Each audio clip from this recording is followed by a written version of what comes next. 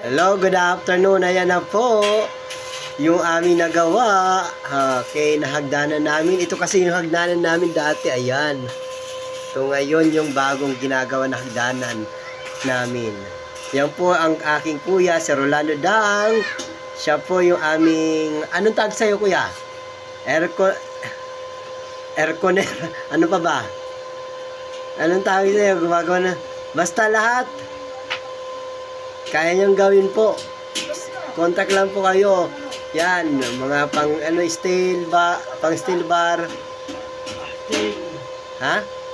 Anong tawag dyan sa ginagawa mo? Steel work. Aircon. Ano pa?